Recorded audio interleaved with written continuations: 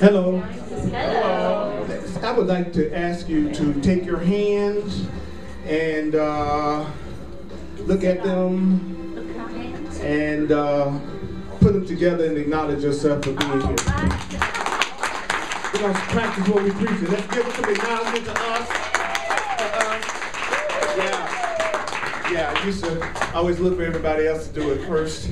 And then when they decided to acknowledge me, then I would feel good. And I've come to find out that was a very slow process toward acknowledgement. Yeah. You know, because sometimes people don't see how great you are because they're looking through the filter of their own perception of themselves. And people can't see you any greater than they see themselves. You know, and it's popular in this culture to sometimes put ourselves down. And then somehow that's humble. And that's humility, and then we become absolutely shocked when that's what we're attracting from other people. It's like, how did that happen? Somebody criticized me today. How many times have you criticized you today? Right. Right. So they just reflecting back to you what you're doing to yourself all the time. That's the only thing that's ever happening. That's deep, man, isn't it? Yeah. Well, you don't have to believe this, accept this, welcome this. Some of the things I say you may find hard to believe, you might find it startling. You're not asked to judge the ideas at all, even though we love to judge, because you know it's only true if I say it is. It's only true if you say it is. That's kind of the way we approach stuff. If I agree with you, then what you said is true. If I don't agree with you, it couldn't possibly have any validity. Anybody familiar with that process? So sometimes you find yourself listening to me like, I would have to be wrong if you didn't see it that way. And it could be just, you just see it another way. Right. It could just be, you see it another way and I see it another way. Why does anybody have to be wrong? Right. Right? Wrong, right. Wrong, right. Right. Got it. Yeah. So just kind of keep that in mind, that it's okay not to believe or accept anything that you hear me say today. And but if you use it, I guarantee you'll see that it works. That's the cool thing about the Course in Miracles. If you use it, it proves to you that it will work. It says that the ideas will show you that the ideas are true. The thoughts will show you that the thoughts are true. I don't have to show myself that it's true. The thoughts will show me that they're true. There's a lesson I want to go over today, and before I go back to the rules for decision, and it's the Course in Miracles workbook lesson for today, which is I can escape from the world I see by giving up attack thoughts. Thoughts. Yeah, we all have a time. What Would you mind lesson is giving me a that? cup of water and left back over? 23. Think I left it in there. Somebody hard. Those of you, how many in here are actually, and it's perfectly okay if you're not, but how many people in here are studying the Course and they see themselves as Course in Miracles students, but they're actually studying the book? Okay. I've been working with this as a student of it for 30 years, and thank you. If there's anything that I can do to support you in terms of you asking me any questions during the class about something that you're studying in the course, please, please, please take advantage of my complete obsession with this material. I can save you some time. I promise you I can save you some time. Usually, from working with people and myself for 30 years, what I've noticed is that when people first get into the course, you can pretty much be guaranteed that their interpretation of it is wrong most of the time. That when they're reading it and they're telling themselves what it means, it's mostly wrong. You know how, and one of the ways you can check yourself is this way. If you're reading something from the course and all it does is increases your fear, then you're probably not interpreting what it's saying correctly. Because if you're doing it correctly, it relieves you of conflict. It makes you feel more peaceful. So if you're reading something and you're scaring yourself, realize that what you are responding to is your own interpretation of the Course and not what the Course is saying on that page. That's you putting your meaning on top of it. Like the first workbook lesson says, nothing I see means anything. Usually most people don't get past that first lesson. because that usually freaks them out, right? As soon as you say nothing I see means anything, they go, ah! Right, so that lets you know you just misinterpreted what that statement said. Here's the meaning of it. You know, nothing that I see, and it talks about that. Nothing that I see means anything in and of itself. It doesn't. Nothing means anything till you give it meaning. Agreed? Agreed. Then nothing you see means anything. Right. You're the one that's giving it the meaning. You're giving this class the meaning it has. You're giving me the meaning that I have right now. And you know what you know where that meaning is coming from? The past. The past what? The past experiences you've had with other people. Or maybe the past experiences you've had with other people who look something like me. The problem with that is, it ain't me. Right. So when you deal with me in terms of somebody else that you used to deal with, is that really fair? No. No. You're not giving yourself a chance to get to know me. I know black people. I know white people. I know women. I know men. I know Colorados. See what I'm saying? The minute you do that, then you're going to try to fit me into the concept that you've made up of me based on what you learned in the past. Is that fair? No. Is that what we do? Yes. All the time. All the time. All the time. I was talking to a person the other day, and they realized they had made a wrong assumption about something concerning me. And they were like, wow, they just see what I get for assuming I was totally wrong in the way that I was perceiving that. Can you imagine how many times you've been wrong and didn't know it? Right. See what I'm saying? That just happened to be a time that that person realized that their assumption was incorrect. How many assumptions are you making about things that's never been questioned and you never realized it's just as incorrect? Yeah. Bunches. The Course in Miracles was saying would be the biggest assumption of all, which is the assumption of who you are. You're just assuming you're human, maybe. And you're just assuming that you're a man or a woman. And then you're assuming that you're a man and a woman of a certain age or sex or race or background. Suppose you're not. Suppose you're more than that. Suppose that's a description that was pounded into you from the moment you were born. And then at the time you could describe yourself without any help that way, then you became a member of society. A member of society is just a person who's accepted all of the programming that's been given them since the day they were born, to the point that they now accept that as their reality. That's so true. And anybody who disagrees is a rebel, an outcast, even today. You see what I'm saying? If I had walked in here with a miniskirt, then some people probably would have judged that. Based on what? Men are supposed to wear miniskirts. It had nothing to do with that being wrong. It was just the programming you got about what was okay. Hello? That's what morals are. That's what values are.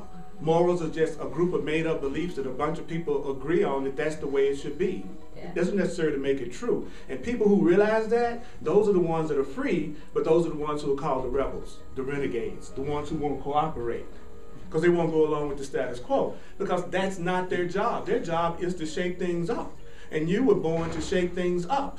That's why you were born. You were born to be a conduit for love and truth to come into the world.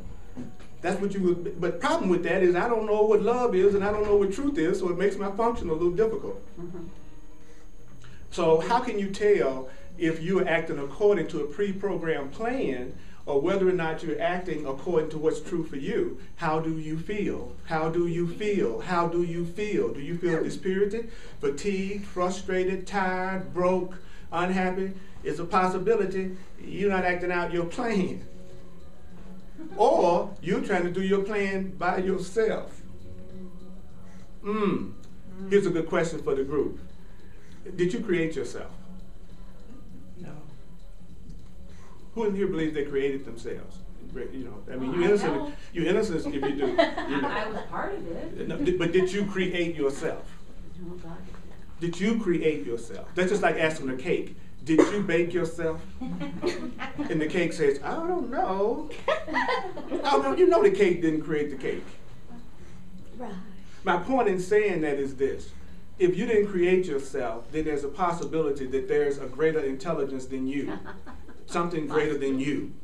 No matter what you call it. No matter what words you use, right? To me, that's good news. Yeah. I would love to believe that there's an infinite intelligence of love that's greater than what I can necessarily think of myself. To me, that's a comforting thought. Some people, that's not a comforting thought. But this class is for the people who resonate to this class, not those who don't. Right? Right. Right? So one of the easiest ways to find your place in life that will allow you to feel good and to flow is don't try to please everybody. You got to find your niche. This is like the Course in Miracles, Course in Love, Metaphysical Truth. This is my niche. I don't try to reach everybody with what I teach. Because then I got to dilute it. I'd be tempted to dilute it. I'd be tempted to water it down. I'd be tempted to try to make it acceptable to my aunt, to my uncle, and my brother who are already suspicious of me, and my friends, and my, the minute it's really about showing up as who you are, and then seeing who the universe sends to you that needs you the way you are. Because there's someone who needs you just the way you are. You could be loved without anybody asking you to change. Did you know that? Did you know you could, I know it's the way I thought. I said to everybody counts on home. It's like, what? Yeah, it's possible that you could be accepted for who you are. So I can escape from the world I see by giving up attack thoughts. The Course in Miracles is only talking about love or fear. So whenever you want to make a quick translation of the Course, just go, it's either talking about love or fear. So God would symbolize Love. And right, attack, ego would be Fear. attack would be Fear. sickness would be Fear. lack, Fear. depression, Fear. pimple. Fear. Okay, now abundance, health, Love. joy, Love. oneness, Love. union, Love. freedom. So we only talking about what? Love or fear. Okay, now, and then it says, I can escape from the world I see by giving up attack thoughts. What is the Course in Miracles definition of world? Your world is your perception. Okay, so if you're saving the world, you're saving your perception. You're changing your interpretation because your world is your perception, right? Let's face it, when you describe your world to me, you're describing how you see things and how you are experiencing things, right? So you could say, I can escape from the perception I see by giving up attack thoughts, by giving up fear thoughts. Okay, this is a powerful lesson. It says, it's on page 34 in the workbook, lesson 23. It says, the idea for today, and when I say the idea for today, just to help everybody stay focused, I like anybody who don't mind supporting this, saying, I can escape from the world I see by giving up attack thoughts. So the idea for today, I can escape from the world I see by giving up attack thoughts. Contains the only way out of fear that will ever succeed. Does that sound pretty definitive? It says it contains the only way out of fear that will ever succeed. It says nothing else will work. Everything else is meaningless. This way can't fail. Every thought, now this is the deep part. Every thought you have makes up some segment of the world you see. Every thought you have makes up some segment of the world you see. So whatever you are seeing, it's being made up by some thought in your mind. And it says, it's your thoughts then that we must work. If your perception of the world is to be changed, then it's your thoughts we need to work with. If your perception is going to be changed, then it's whose thoughts that need to be worked with? Your thoughts. If I am going to change my perception, I need to work with whose thoughts? My thoughts. So now we need to work with our thoughts. Then it goes on to say, if the cause of the world you see is attack thoughts, you must learn that it is these attack thoughts that you don't want. So if it does it look like in the world there is attack? Yes. Yeah. Does it appear that way? Yes. Anybody here don't agree that if you read the paper, if you listen to people, it would seem like there's attack out there? Okay. All right. It says, and you must learn that these are coming from thoughts, and it's these thoughts you don't want. There is no point in lamenting the world. I like that. There's no point in lamenting the world. There is no point in trying to change the world. Anybody feel a little? Yep. There's no point in trying to change the world. There's no point. Let me ask you that. Those of you who think that you're here to change the world, how do you think you're going to do something that millions of people before you haven't succeeded in? I mean, I'm just curious. Why is it that you can save the world and you can change the world, and all of mankind that's come before you that's had that same idea haven't been able to pull it off? Anybody ever thought about that? But you're going to change the world. You're going to be the one. They were all waiting for you. We were all waiting for you. You know what I'm saying? And sometimes it's hard to change your sheets. And I'm talking about changing the world, but you see people, I'm going to change the world. I just wish you change your oil. Start there. Hello. Even if I sound serious, I promise you I am not. If you really, really think that I'm really, really invested in you changing your mind, I'm not. If any of you think I'm really trying to change you and suck you into my cult so I can get your money, I'm really not. All right? I just wanted to, what would be the payoff?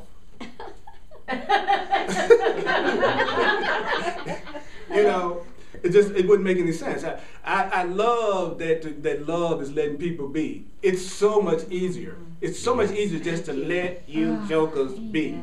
I just let y'all leave here today and do what y'all want to do and be who you want. It's like that's so much easier for me than to sit up here and think that I'm going to take any one of you all and try to control you. Right. That's crazy. I'm too lazy for that. That takes too much work. Don't you think? Yes. I think so. And so it says, so I'm giving you a break. You should feel relaxed. I said that there's no point trying to change the world. You should have went, ah. Thank you. Yeah. It says, you know why? It says, because the world is incapable of change.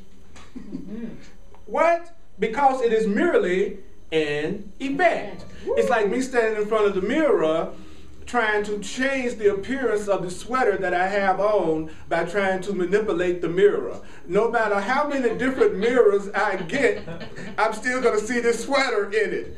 That's what it means when it says there's no point in trying to change the world. It's no point in trying to change the mirror if you got the same clothes on standing in front of it. Does that make sense now? So you see where you made a little resistance. It was because of your interpretation of that statement. It's no point in trying to change the world. There's no point in trying to change the mirror. If you want to change the image, you change what's standing in front of the mirror, which is the cause. So by the time something becomes physical, it is an effect. So the physical level is the last level of manifestation. The physical level is always the past. The physical level is always what's already happened. That's true. This recorder has already happened. This word I just said has already happened. You see what I mean? So by the time something becomes physical, you can't change it anyway because it's already happened. That's why you can't change the world. It's already happened.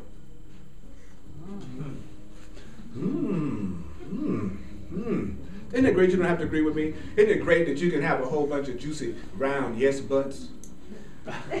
Yes, but. Y'all familiar with that? I like the passage juicy butts though. I know you do. Remind me to tell you something later. I was feeling uncomfortable because what I did, a young lady had a confrontation earlier.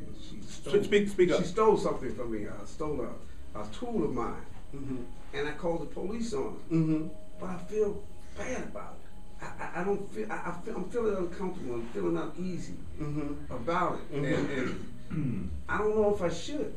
Well, this is what would be a cool thing to keep in mind. That you can escape from the perception you see of that by giving up your attack thoughts. Because right now, you think you have done something wrong, and so you're attacking yourself about what you think you've done. So you're really not feeling bad because you called the police. You're really feeling bad because of the fearful, guilty thoughts that you're giving yourself about calling the police. Calling the police was neutral. How you're feeling about calling the police isn't.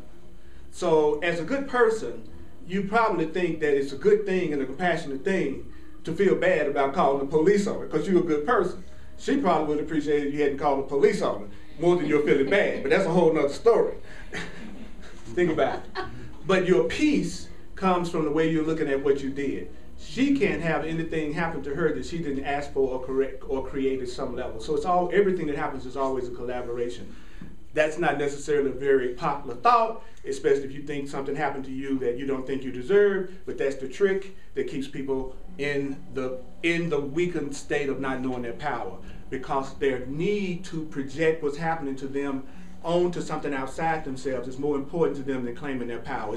It's more important for me to see myself as being a victim of the way that my father treated me when I was a child than it is for me to understand that how I feel about that today is being determined by how I think about that today. So now I could not feel that way anymore if I was willing to look at it differently today. So it really isn't what my father did to me as a child that's making me feel bad today. It's what I'm telling myself about it that's making me feel bad today. So I could stop feeling bad today about that if I was willing to think a new thought today.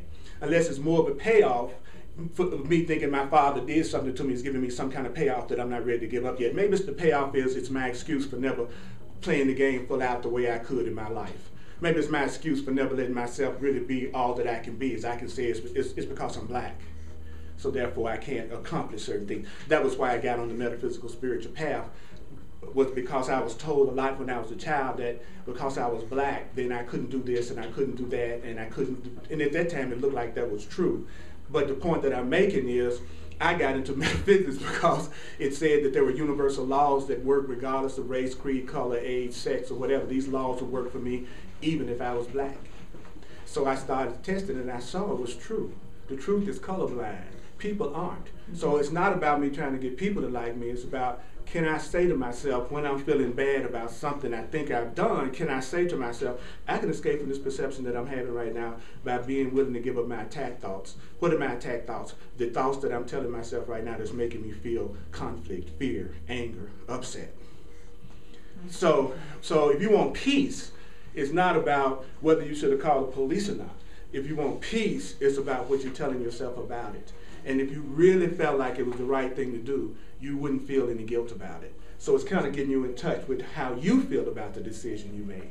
Because if in your heart you felt like it was the right thing to do, you wouldn't feel any guilt about it. So that also means I need to get back to, you know, why did I do it, and do I feel like that was the right thing for me to do in that moment.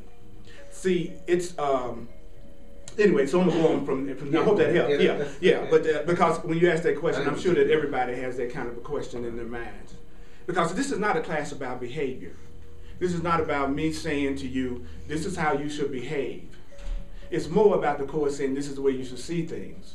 This is the way you should think about things. Behavior would be dictated from moment to moment based on what your own inner guidance tells you. Does that make sense to everybody? Mm-hmm. In some situations, you may behave in a certain way that in another situation, it wouldn't be okay to behave that way. But in both situations, you could have the same attitude, which is, I want healing to happen here. So the thought can be, I want healing to happen here, but the behavior can be two different behaviors. So that's why I don't prescribe behavior, because that's going to change from moment to moment to situation. What you want to have is the right perception going into that. Does that make sense to everybody? You know, it's now you're now going to a level where the content of what you're doing matters more than the form of what you're doing. You know, you're going to get to the point in your relationships that the mind that your partner has means more to you than the butt that your partner has. Are we there? Or the eyes, or the hair, or the house, or the clothes, or the education, or the degree. You're going to get to the point that content means more than form. That's what happens as you awaken.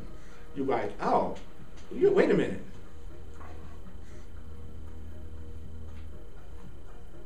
I wouldn't want to have someone murder me, but I'm willing to have it happen just because they're cute. What I want is the content of a man that would never want to murder me. Right. You follow what I'm saying? Yeah. But I remember when I would like focus on the body first and then hope and pray the mind was there. And if it wasn't, I'd bring them to a course class.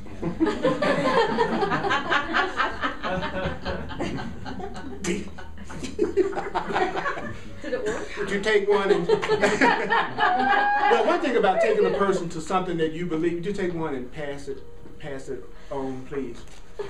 The good thing about inviting a person into the things that you do really quickly is it lets you know real quick whether or not that person is going to be compatible with you in a relationship or how they deal with you doing your own thing. Even if they don't want to come, that's not so much they have to come to the class because you come to the class. What you want to pay attention to is how much peace they give you about coming to the class if they don't want to come to the class. That's going to reveal the consciousness of the person that you begin to form a relationship with. Does that make sense to me? It's not about the person always doing what you do. Do they respect your right to do it, and do they encourage you to do the thing that moves you?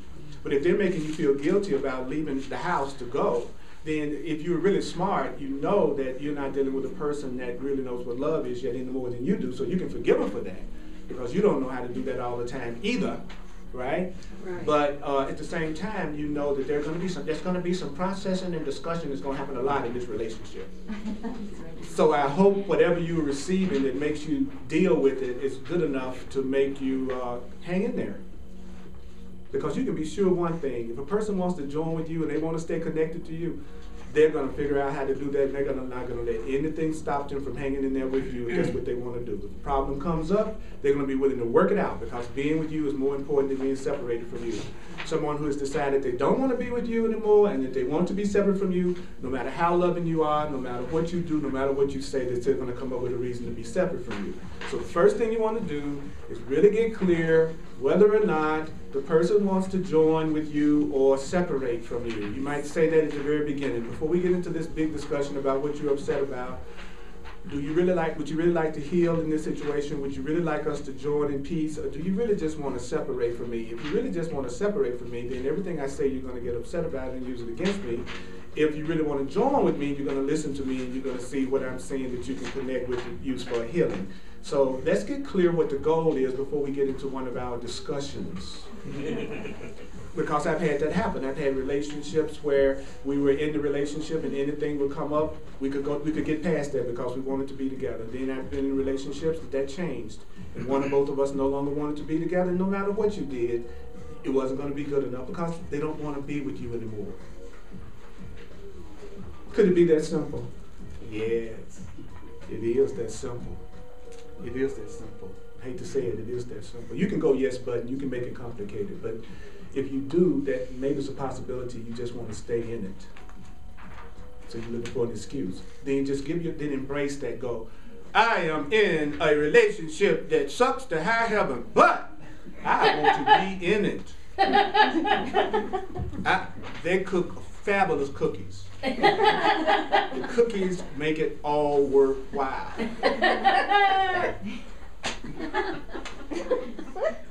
Or it could be as simple as they pay the bills. And if they didn't pay the bills, I don't know how I'd have a place to live, so I'm going to stay in this hellacious situation because I need this person to pay the bills so I can have a roof over my head. But the average person is not going to be that honest with themselves, because it sounds like a nice person wouldn't say that, and it looks like they'd be manipulating somebody, so they're not going to say that. They're not going to say, I'm staying for economic reasons. But what you do is you embrace it. You embrace that. And you say, that's why I'm staying. Don't lie to yourself. Even if you lie to somebody else, don't lie to yourself too. Which is lying to somebody else is lying to yourself, but at the very least, don't lie to yourself. Is everybody with me on that one? You know, be honest with yourself. I really can't stand them, but I'm staying here. But true people can't do that. No, I see the light of the world in them all the time, but I hate them. No, I don't see the light in you. I don't see no light. But I want to. I want to see the light. And do you want to see the light? Yes. Okay, let's see the light. Let me have a sheet before they're all gone. They didn't leave me one.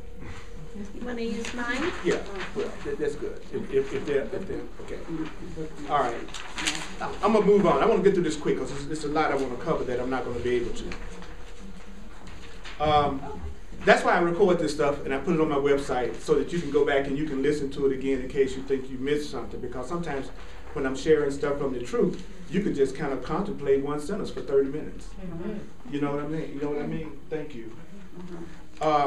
So it says there's no point in trying to change the world, but there is indeed a point in doing what? Changing your thoughts about it. So you can't, okay, you can apply it to a person. There's no point in trying to change the person, but there is a point in doing what? Changing my thoughts about that person. He says, here you are changing the cause. And then it says the effect will change. I love this. The effect will change automatically. I love that. If you change your mind, the outer is going to change. I don't care what's going on in the outer that's upsetting you. If you change your mind, it will automatically change. It didn't say you have to go out and work and make it change. It says when you change the cause, the effect will automatically change. For instance, I don't change my sweater to a green sweater and then coerce the mirror to reflect the green sweater now. I don't change the sweater and then go in front of the mirrors and it's reflecting back this sweater. And then I'm trying to coerce the mirror. Hey, I changed to green. I need you to change from the yellow sweater now to green. No, I changed the cause. The effect changes automatically. So if your life isn't reflecting back to you what it is you would like to see in it, you are the person that's trying to change the mirror. You still haven't changed your outfit yet. I'm sorry. That's just what, I don't care if you think you have. I don't care if you can quote every book you've ever read. I don't care if you meditate. I don't care if you just spent the last weekend in the ashram. I don't care anything. If you're perceiving your reality as something that is not joyful for you right now, you haven't changed your mind. You're waiting for it to change, and then you say you'll change. Somebody bring me some love, I'll be loving. Somebody do something to make me happy, then I'll be happy. Mirror, when you change, then my shirt will change. That's what we're saying. And then we've looked for relationships with people who will make that happen. So I'm going to form a relationship with somebody who's going to make that change for me. They're going to make me happy. They're going to make me feel special. They're going to make me feel attractive. They're going to make me feel desired. See what I'm saying? Woo! Then it says, the world you see when you're not in denial is a vengeful world, and everything in it is a symbol of vengeance. Each of your perceptions of external reality is just a pictorial representation of your own attack thoughts. So everything I see as the outside thought is really a representation of my own attack thought. He says, one could well ask if this can be called seeing. Is not fantasy a better word for such a process, and hallucination a more appropriate term for the result? If all I'm seeing is what I'm imagining, then that's a fantasy. So if I'm just imagining you a certain way and then I see it that way, he says that's an hallucination. That's a fantasy.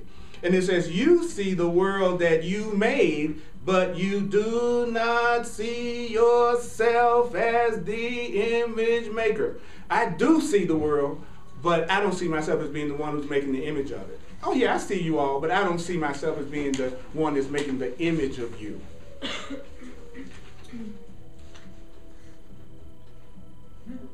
One of the things that was interesting about putting images on people, I grew up in the South, in the Memphis, Tennessee, the belt buckle of the Bible Belt.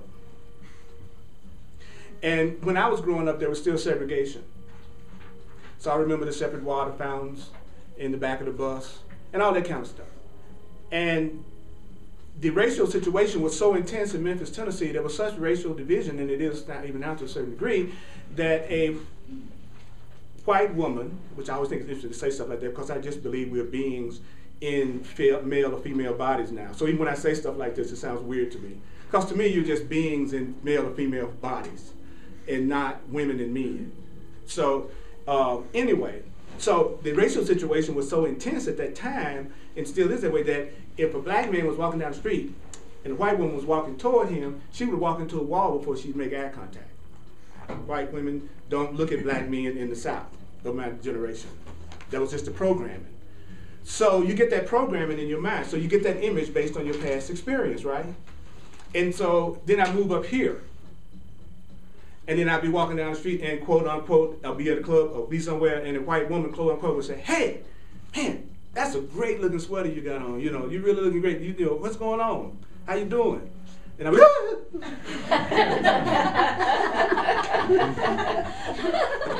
Why? Because the image based on my past experience, based on fear, was that white women did not acknowledge black men and talk to black men without the black men saying something. Mm-hmm. So what was it? My pictorial representation was my world, and then I wanted to project it on the new people that I would meet. Mm-hmm. Just like what he was saying. You know, I can escape the world I see by giving up my attack thoughts, my limiting thoughts, my past thoughts. Now, how do I know that I had done that?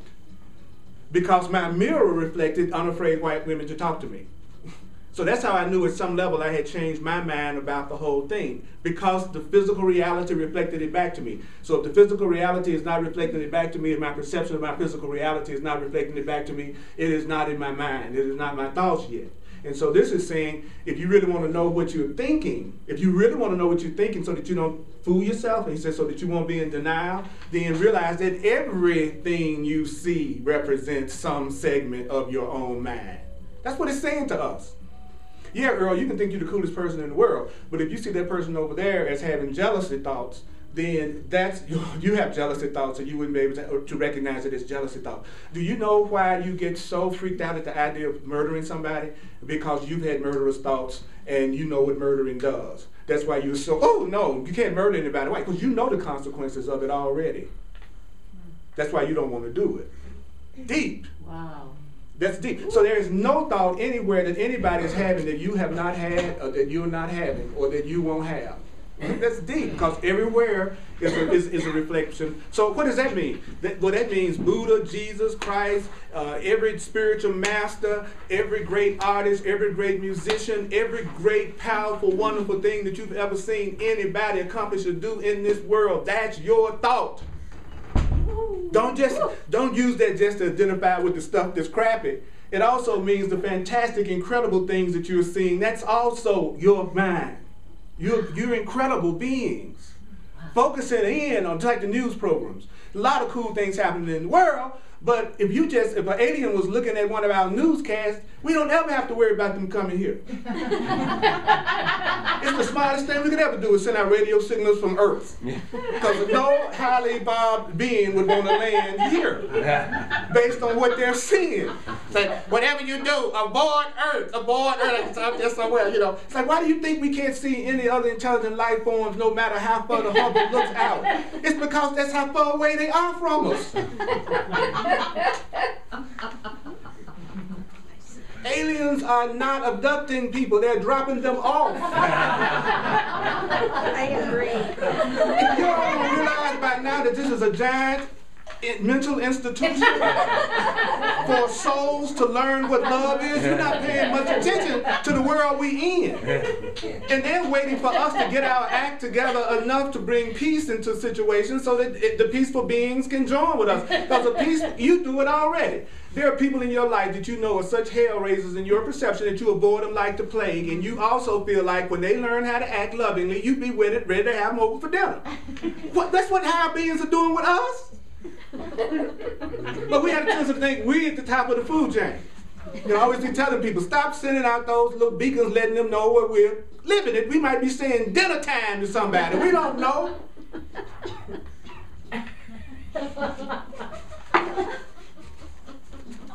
Ding, lang, lang, lang, lang, Earth, send good food. We've been waiting for years to get some good food. We don't know what's out there, but our egos are so big, we think, well, we're at the top. We're at the top of the chain. It's like, we're not. No, we're not. What you have to do when you really want to wake up, you're used to doing this, looking back, looking down, because you think you're the high one. You have to do this. Oh. See, that's what egos don't want to do. Egos don't want to do this. Yeah. Oh, there could be something higher than me. There could be something. Yes, No, the ego is like, everybody's lower than me, and I hope I can get them to live up to my standards, and I'm going to judge everything and everybody until they do. I'm the arbiter of what's real. Yeah. Isn't there something? Yeah. But if you look around at each and every one of us, and you pay attention, and you just, for a second, just be in a humorous place, you know we're all children. Right. Just look around the room. You know we're all children playing grown-ups. We are these infinitely powerful spiritual beings, God children, it's as you would like to think of it, playing with how to be creators, because that's what we ultimately are. So we are learning how to manifest and to have experiences, and we're learning that our thoughts create our reality so that we can get serious about changing our ideas so that we can have different realities. This is nothing but a gigantic lab that you're living in right now. A gigantic lab, a love lab.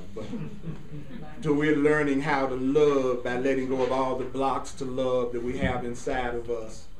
Isn't that great? Yeah. It's like they threw us all together and said, work it out. We'll give you some instructions if you really want out. But in the meantime, we're going to be vacationing and partying. And when y'all ready to join the party, we'll let y'all in the party. But we're not letting you in the party as long as you want to attack and hurt and raise hell and control and blame and judge and think you know it all and don't want to listen to anything greater than yourself and think you're just a limited being and everybody's here to work your will. We're going to leave you on earth. And you're innocent. You're so innocent.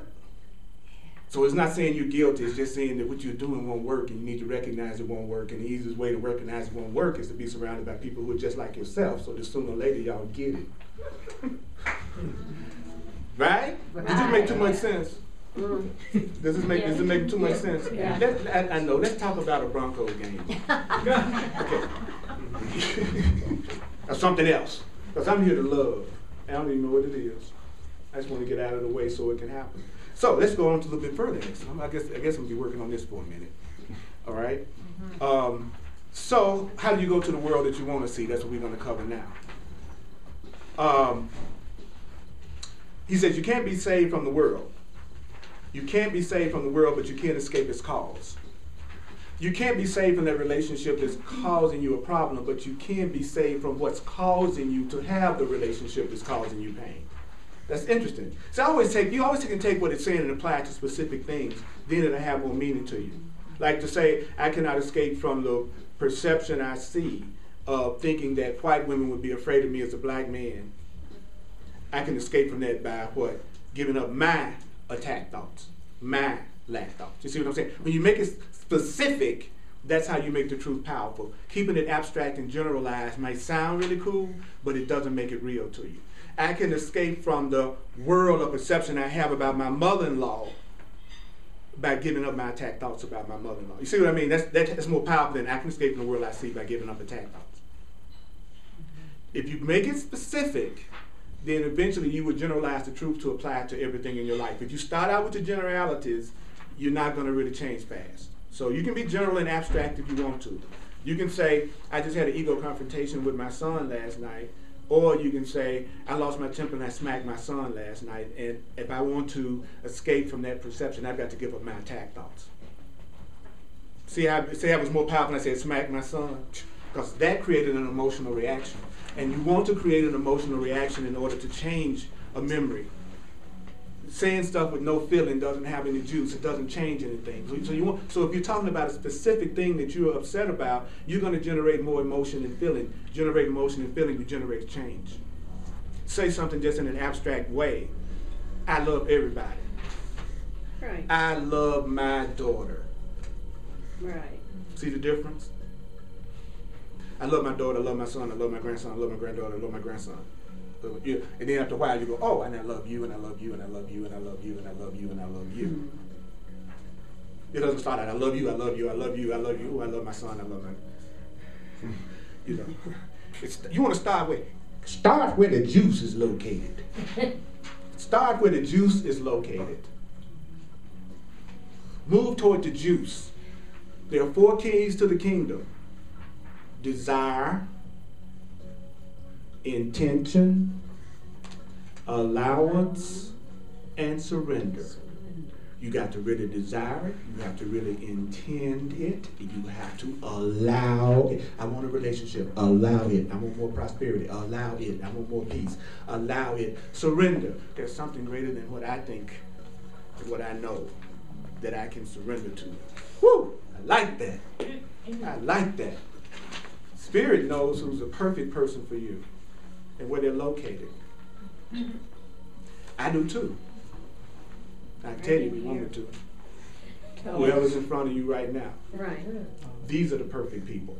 It's hard to believe this, but there's nobody in your life more important than these people right in this room right now. Why? Because they're here. And nobody else is. That's too simple, isn't it?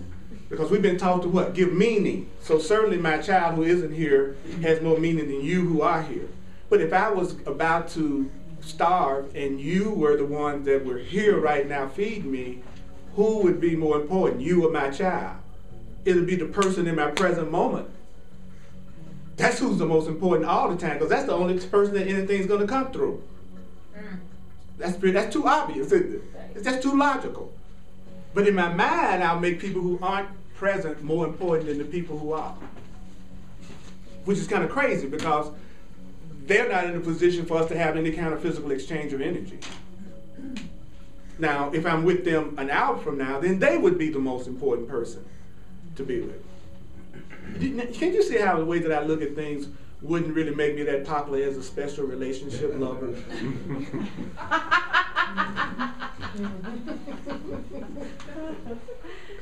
It takes a strong, brave woman to want to get close to me. Because she would have to really, really, really want the truth. So therefore I don't have a lot. Which is exactly the way it should be.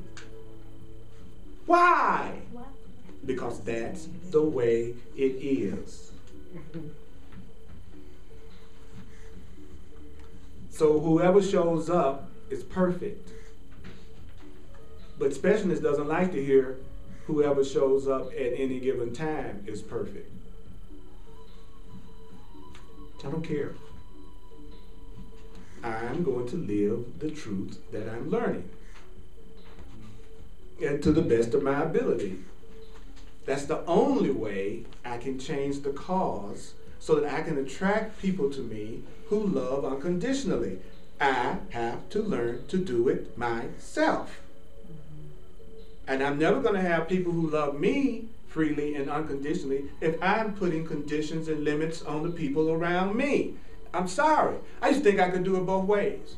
That I could limit someone and then have unconditional love from others. It's like, it can't work. I'm not talking about behavior. I'm not talking about behavior. I'm talking about the way you think. Behavior is not the level that we're learning on. So sometimes you hear that loving everybody, people think about behavior.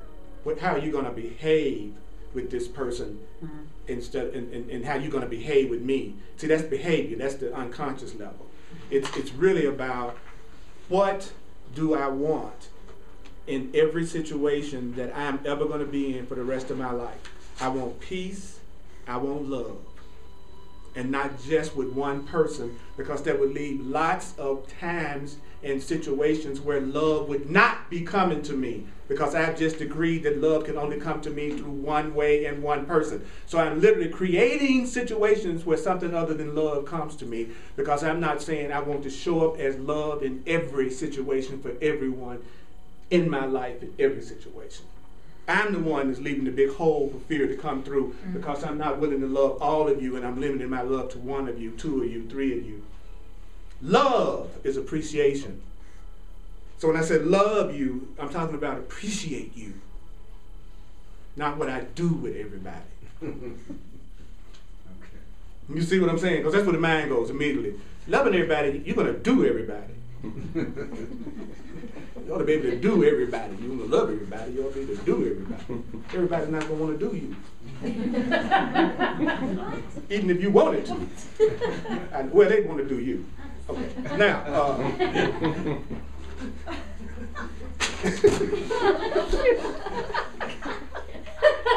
I'm playing with her because she's playing with me. That's why I know I can trust her.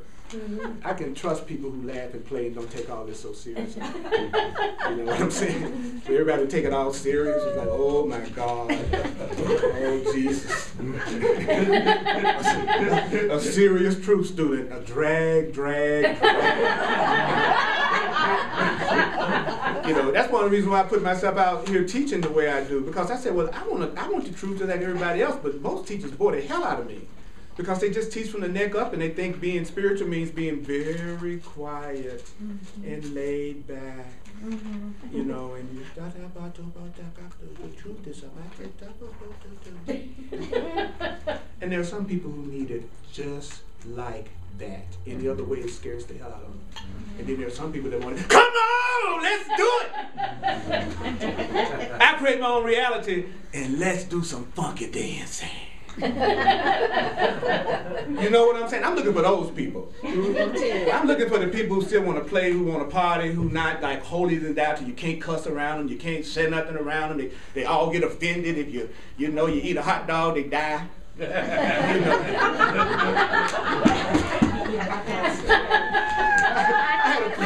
I had a friend that I'd be scared to go out to dinner with her. She'd have so many demands of the waiters, I just knew they was going to pee in our food. It was like, girl, if you don't give these people a break with all the stuff you think you need for your special help need, you know, it's like, it's okay, you want to make all those demands, but kind of keep in mind that, you know, you're in a world where some people, you know, they just trip out if you, just do it with a good attitude. You know what I'm saying? At least be loving. You know, it's like, you know what I mean? It's like, come on. Do your moderation in moderation. Yes. Jesus. Yes, Earl? Oh, sorry. I'm telling you.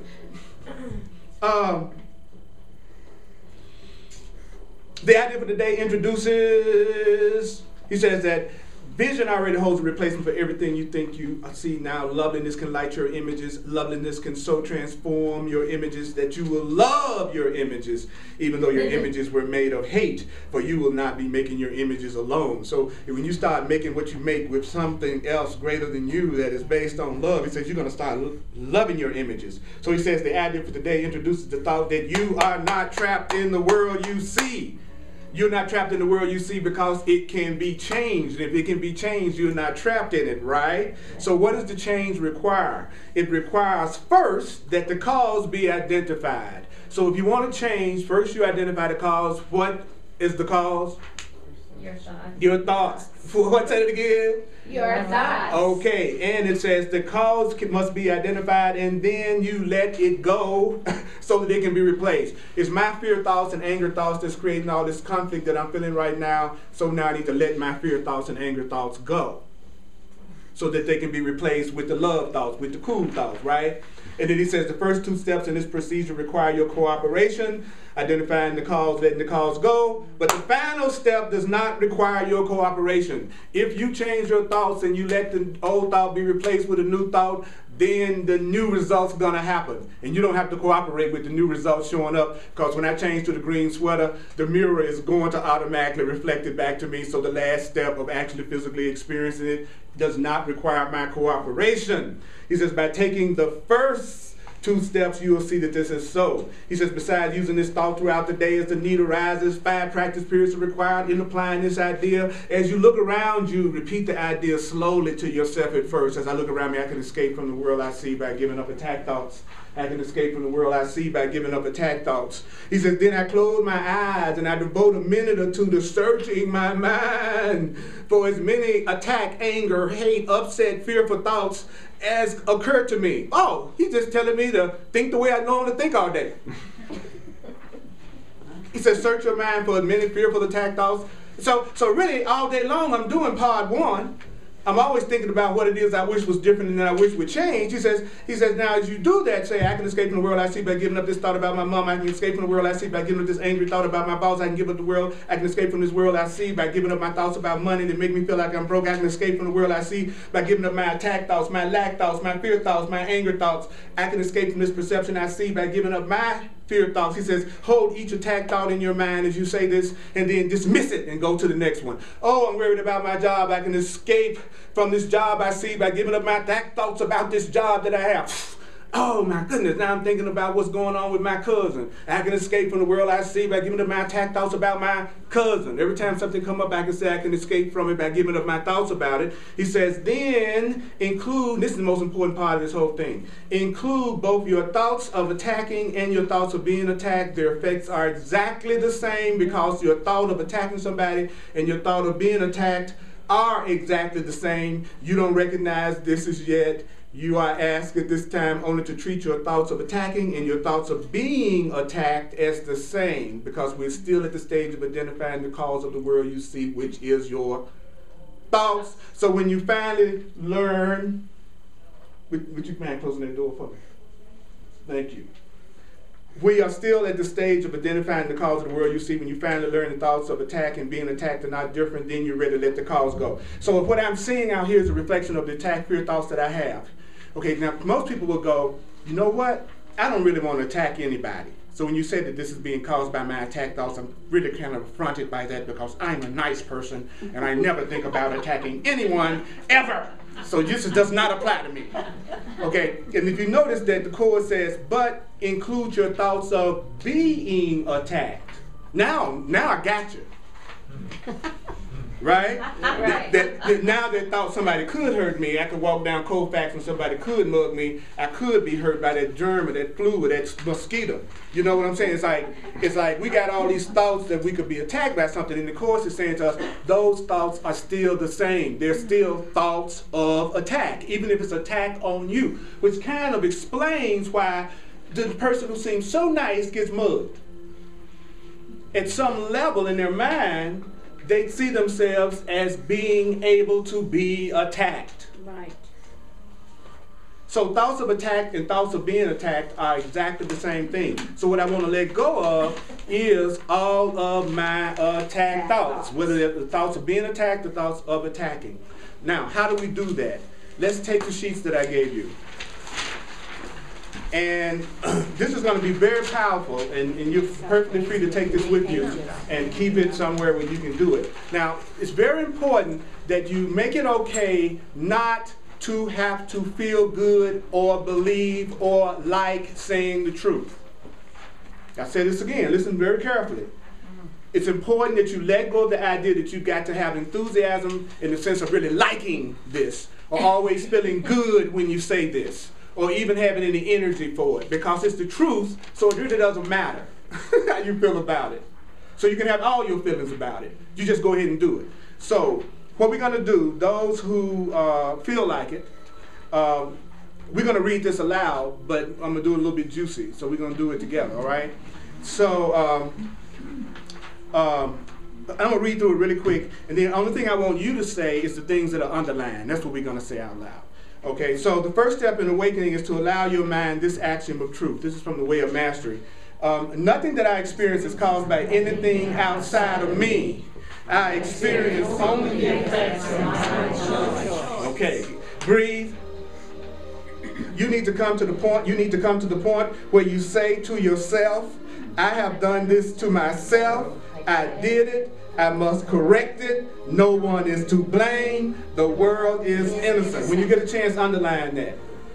Because that's very important. You need to get to the point where you say to yourself, I have done this to myself. I did it. I must correct it. No one is to blame. The world is innocent. What's the next statement? The truth that is true always. This is the truth that is true always. Not my will, but thine be done, for I can do nothing, but the Creator does all things through me. Rest assured, whenever you feel frustration, whenever you feel anxiety, it's because you have decided not to trust the truth. And the truth is simply this. Only my Creator's plan for my happiness will work. It requires great humility to accept the first step on the path. I have done all this.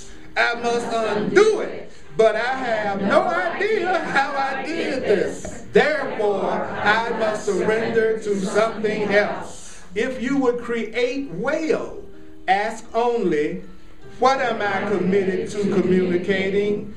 What will my creations express? What will my creations convey to others? For what I seek to convey reveals what I believe is the truth of myself and to the world. Understand well, the way of the heart, that's where we're traveling. The way of the heart requires that you allow yourself to rest in the simplicity of truth. Let's put some juice in it. I am pure spirit, undefiled and unaffected by anyone or anyone. I am given full power to choose and therefore to create my experience as I would have it be. Would you acknowledge yourself for listening to this much? Come on, make some noise for you. For you. Right now. Right now you're in the stage of hearing it, having it repeated over and over again. So I'm going to take a minute and then we're going to get a chance to go out into the lab and see if we can try. So take a breath.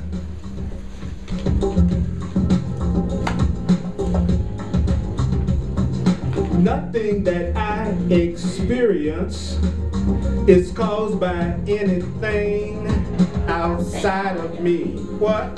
Nothing that I experience is caused by anything outside of me.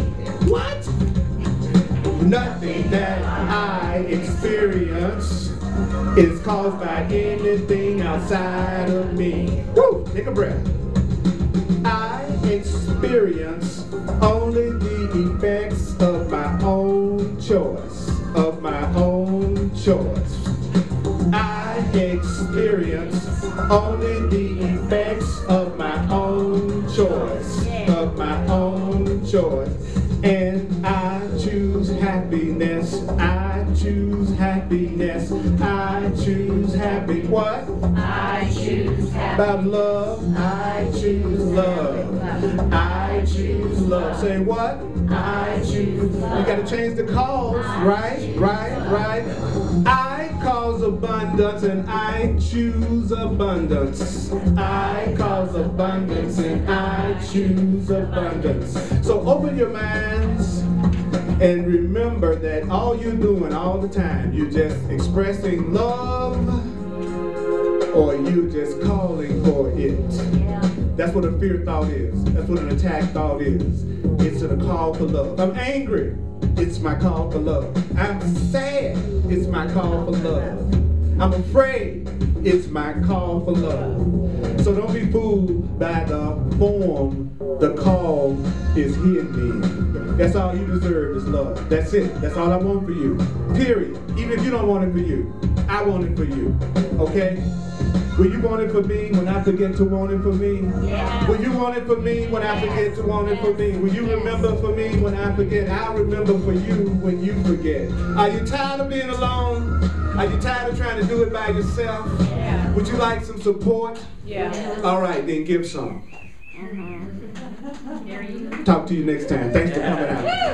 Y'all are so damn cool. Hugs are available. Those who like hugs, I love hugs too.